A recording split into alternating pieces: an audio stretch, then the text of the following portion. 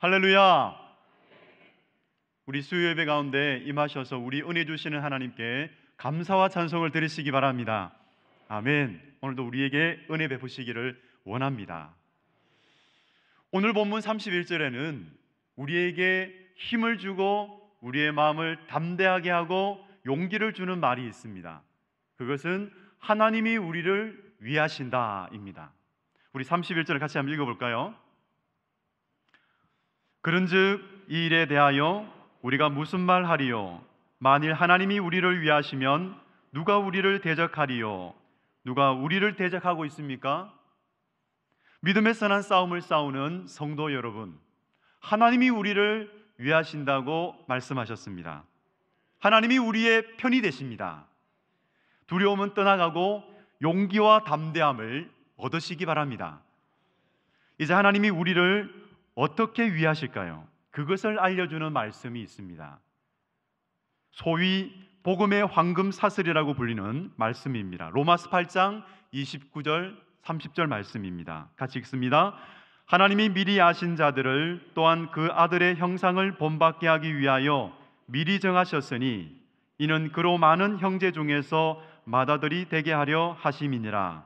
또 미리 정하신 그들을 또한 부르시고 부르신 그들을 또한 의롭다 하시고 의롭다 하신 그들을 또한 영화롭게 하셨느니라.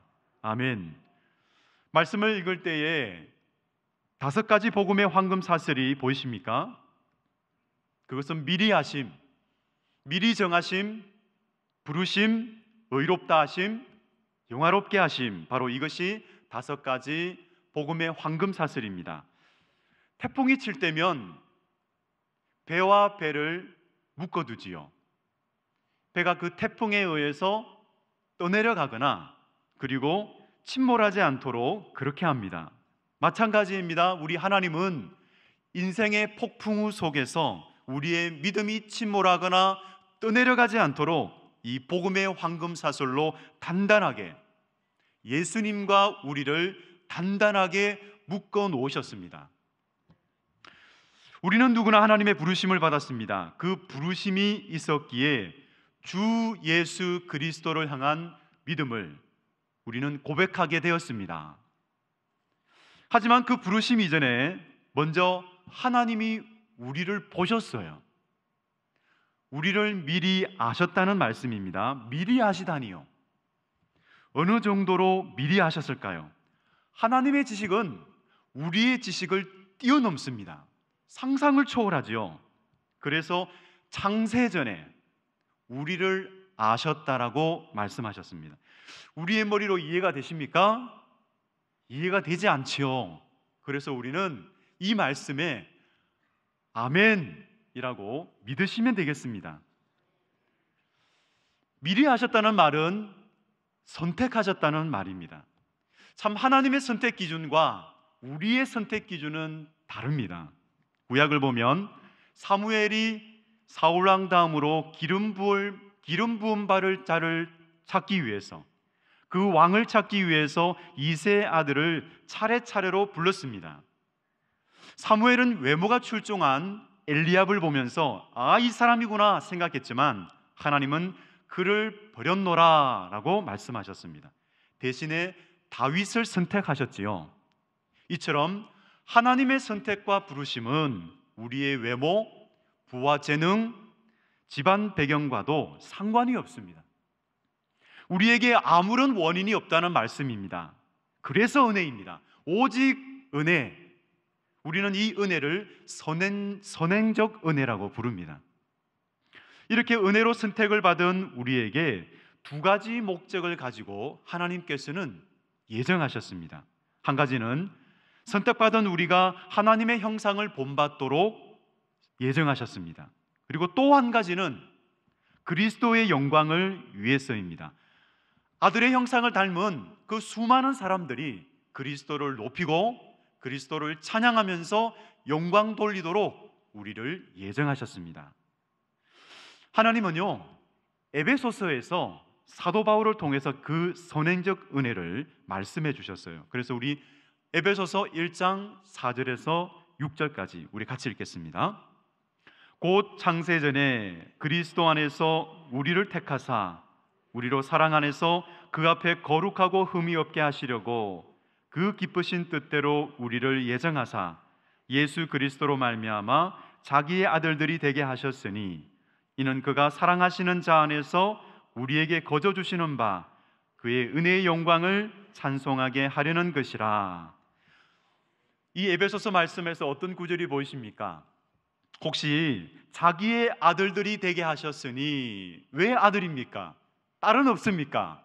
이런 불만이 드시는 분들이 혹시 계십니까? 자기의 아들들, 하나님의 자녀라고 바꾸어 불러도 괜찮습니다. 그런데 정말 중요한 이름이 있습니다. 그 이름이 무엇입니까? 그 이름은 예수님입니다. 우리를 선택하시고 예정하시고 부르신 하나님의 역사는 모두 한 분, 예수님 안에서 이루어졌습니다.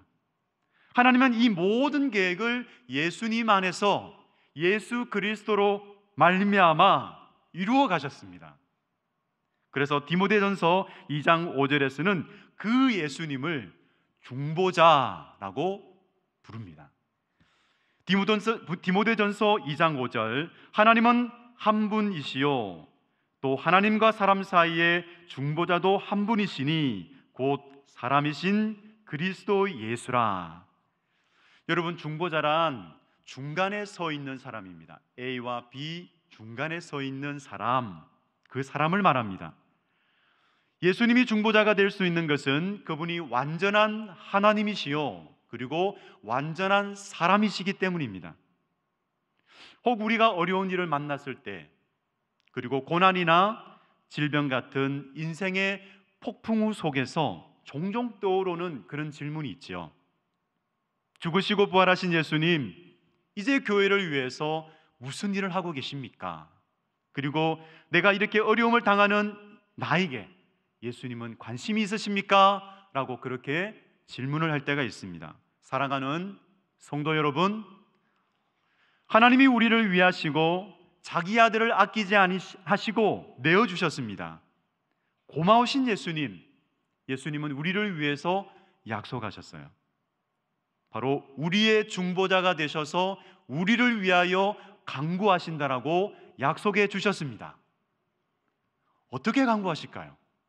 첫째, 중보자 예수님은 성령을 통하여 하나님의 뜻대로 간구하십니다. 하나님의 말씀 로마서 8장 26절부터 27절까지입니다. 우리 같이 읽습니다. 이와 같이 성령도 우리의 연약함을 도우시나니 우리는 마땅히 기도할 바를 알지 못하나 오직 성령이 말할 수 없는 탄식으로 우리를 위하여 친히 간구하시느니라. 마음을 살피시는 이가 성령의 생각을 아시나니 이는 성령이 하나님의 뜻대로 성도를 위하여 간구하심이니라. 아멘. 성령님은 예수님의 영이십니다. 그래서 성령님의 간구는 예수님의 간구입니다. 성령님의 탄식은 예수님의 탄식입니다. 언제입니까? 언제 성령님이 말할 수 없는 탄식으로 우리를 위하여 간구하신다고 하셨어요? 우리가 기도할 바를 알지 못할 때입니다. 어려운 일을 갑자기 당하면 우리는 너무나 당황스럽고 또 그 시간에는 기도해야 하는데 기도가 나오지 않아요. 그때 우리의 심령은 상한 갈대와도 같고 꺼져가는 심지와도 같습니다. 힘이 없고 슬픔과 고민에 잠기게 되지요. 하지만 그때 우리가 할 수 있는 기도가 있습니다. 그 자리에서 우리가 할 수 있는 기도는 주여라고 우리는 외칠 수가 있습니다. 그래서 주의 이름을 부르는 자는 구원을 받으리라 하나님 말씀하셨지요. 그 한마디 외침에 하나님은 우리를 잡아주시고 구원해 주시고 그 한마디에 우리는 모든 것을 담아서 하나님 앞에 부르짖을 수 있습니다. 그때 성령님은 우리의 연약함을 도우시겠다 약속하셨습니다. 그런데 여기서 도우신다는 것은 그냥 옆에서 도와주신다는 뜻이 아닙니다. 무슨 말일까요? 자신이 주체가 되셔서 함께 짐을 지는 것을 말합니다. 한 어부에게 아들이 있었습니다. 아들에게 노 젓는 것을 가르쳐 주고 싶었어요. 그래서 아버지는 노 젓는 법을 가르쳐 주고 한번 노를 저어 보라고 말했습니다. 아들이 노를 젓습니다. 어떨까요? 노를 잘 저었을까요? 아니면 어땠을까요? 여러분의 그런 추측대로, 여러분의 상상대로 힘겹게 노를 저어 갔어요. 땀을 뻘뻘 흘립니다. 노를 제대로 다루지 못했습니다. 힘겨워합니다. 그때 그 모습을 보고 있던 아버지가 살며시 아들의 뒤에 와서 등을 아들의 등에 댑니다. 그리고 나서 아버지는 자신의 오른손을 아들의 오른손에 얹습니다. 그리고 자신의 왼손을 아들의 왼손에 얹습니다. 그리고 노를 함께 저어갑니다. 어떻습니까? 아들은 아버지에게 맡기기만 하면 돼요. 아버지를 따라서 함께 그냥 움직이기만 하면 돼요. 어떻겠습니까? 쉽겠습니까? 훨씬 수월하겠죠. 힘이 덜 들겠죠. 이 모습 속에서 우리는 성령의 도우심을 알게 됩니다. 성령님은 아들의 노를 함께 저어주시는 아버지와 같습니다. 무슨 말일까요? 성령님은 우리 연약함을 떠맡아 주시고 우리를 대신하여 간구하신다는 말씀입니다. 그렇다고 우리가 기도하지 않는 거 아니에요. 우리가 그 시간에 기도하지 않고 딴 생각하고 맛있는 음식을 생각하고 그냥 잡념에 빠져서 기도하지 않는 것이 아닙니다. 우리도 성령님께 맡기면서 함께 마음을 쏟아야 합니다. 우리가 연약하여 기도할 수 없어 어려움을 당할 때 성령님은 어떻게 하신다고요? 탄식하십니다. 말할 수 없는 탄식으로 우리를 위해서 간구하십니다. 그래서 우리는 그때 우리도 함께 탄식하게 하시고 함께 기도할 수 있도록 우리 성령님은 도와주십니다. 저에게도 이 기도는 성령님의 탄식이었습니다 라는 그런 강한 확신이 드는 그런 시간이 있었습니다. 20대 초반에 재수 생활할 때에 가졌던 수련회에서 경험했습니다. 주여 주여 애타게 부르짖을 때에 한 가지 말씀을 제 입에서 터지게 만들어 주셨습니다. 수고하고 무거운 짐진 자들아 다 내게로 오라. 생각지도 못한 말씀이 제 입에서 터지게 하시면서 정말 눈물로서 기도할 수 있도록 도와주셨습니다. 재수생이니까 주님 저를 붙여주십시오. 이번만은 합격해야 합니다. 하나님 합격시켜주지 않으시면 저 하나님 떠나버릴 거예요. 이렇게 기도하지 않았습니다. 주여 하고 나아갈 때에 하나님은 말씀을 터뜨려 주시면서 믿음으로 기도할 수 있도록 해주셨습니다. 지금은 어떨까요? 지금도 연약해질 때가 있습니다. 자존감이 바닥을 칠 때가 있습니다. 자기 연민에 고통당할 때가 있습니다. 하지만 자존감이 바닥을 칠 때, 자기 연민으로 위축될 때 성령님은 저로 하여금 탄식하게 하셨습니다. 그리고 제 마음이 굳어질 때 성령님은 탄식하게 하시고 회개하게 하셨습니다. 사랑하는 성도 여러분, 팬데믹 상황에서 걱정, 근심이 많으십니까? 그리고 정서적 우울감에 갇혀 있으십니까? 질병으로 인해서, 갑작스러운 질병으로 인해서 눌려 계십니까? 어떤 상황, 누구이든지 간에 자포자기하지 마시기 바랍니다. 하나님이 우리를 돕고 계세요. 성령님이 하나님의 뜻대로 우리를 위하여 간구하십니다. 그래서 우리가 연약해질 때마다 우리는 주여, 주여 큰 소리로 부르든지 작은 소리로 부르든지 진실한 마음으로 애타게 부르짖을 때에 성령님이 그 속에 탄식하시고 우리와 동참해 주시는 것을 믿으시기 바랍니다. 그래서 하나님의 뜻대로 살아가시는, 하나님의 뜻을 이루며 살아가시는 저와 여러분 되시기 바랍니다. 둘째, 중보자 예수님은 하나님 우편에서 우리를 위해서 간구하십니다. 오늘 본문 34절입니다. 함께 읽습니다. 누가 정죄하리요? 죽으실 뿐 아니라 다시 살아나신 이는 그리스도 예수시니 그는 하나님 우편에 계신 자요 우리를 위하여 간구하시는 자시니라. 아멘. 본문에 나오는 간구하다 이 뜻은 호소하다, 청원하다, 중재하다 그런 뜻을 가지고 있습니다. 우리가 하나님의 말씀대로 살지 못하여 불순종했을 때에 우리는 양심의 찔림을 받습니다. 때로는 하나님 앞에서 너무나 부끄러워 얼굴을 들지 못할 때가 있습니다. 죄를 회개하지 않으면 갈수록 우리의 마음은 굳어지고 우리의 기도는 막혀버립니다. 그런데 이때를 기다렸다는 듯이 사정없이 비난하고 정죄하는 그런 존재가 있어요. 그 존재가 누구입니까? 사탄입니다. 베드로가 그런 경우입니다. 예수님은 고난당하실 때가 이르자 미리 말씀하셨습니다. 제자들이 너희들 다 나를 버릴 거야 라고 말씀하셨습니다. 그때 베드로는 호언장담합니다. 예수님, 주와 함께 죽을지언정 주님을 부인하지 않겠습니다. 하지만 어떻습니까? 베드로는 세 번이나 예수님을 부인하고 말았습니다. 얼마나 수치스러웠을까요? 마태 기자가 기록한 대로 너무나 수치스러웠던 그 베드로는 이에 베드로가 예수의 말씀에 닭 울기 전에 내가 세 번 나를 부인하리라 하심이 생각나서 밖에 나가서 심히 통곡하니라.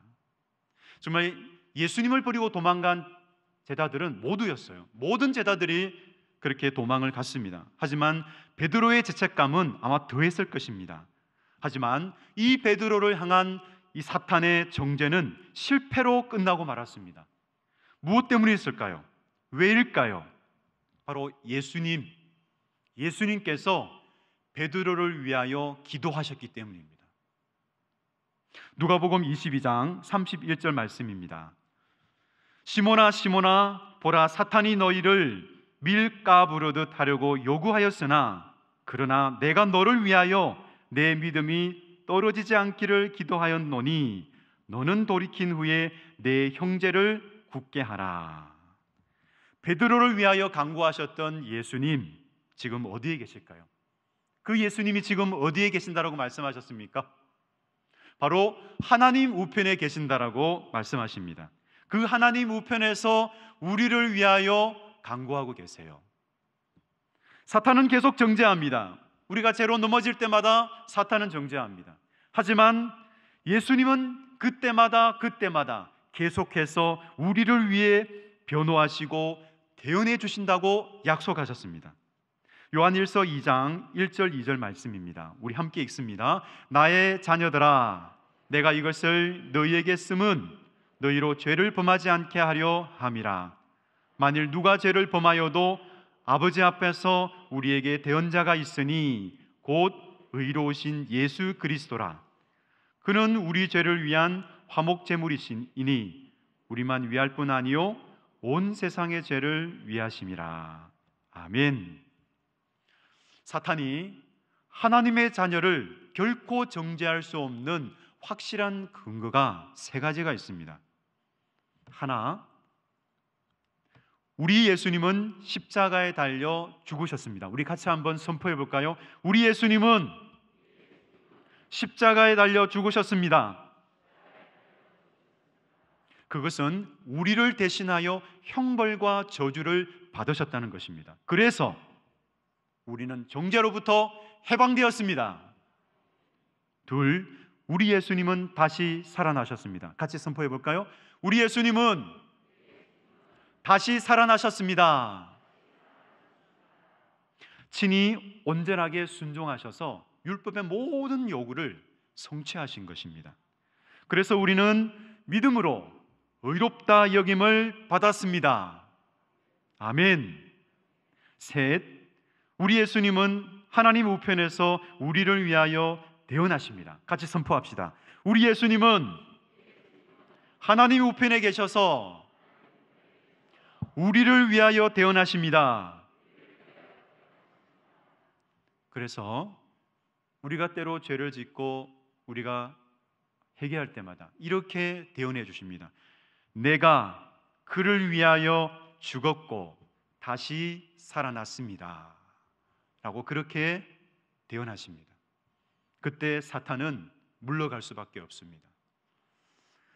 우리의 과거, 우리의 현재, 우리의 미래, 우리의 모든 죄값이 다 청산되고 지불되었음을 믿으시기 바랍니다.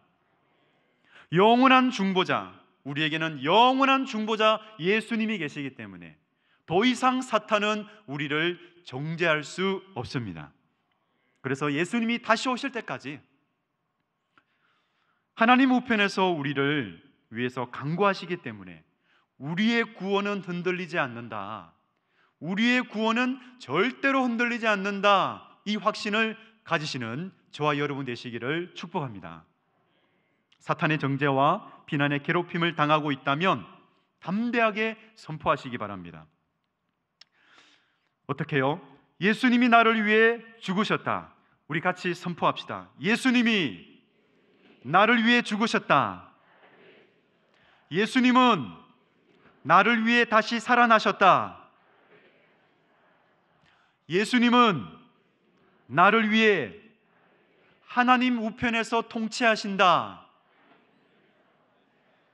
예수님은 전능하신 하나님께 나를 위해 중보하신다. 그렇습니다. 저와 여러분이 선포한 대로 이것은 진리입니다.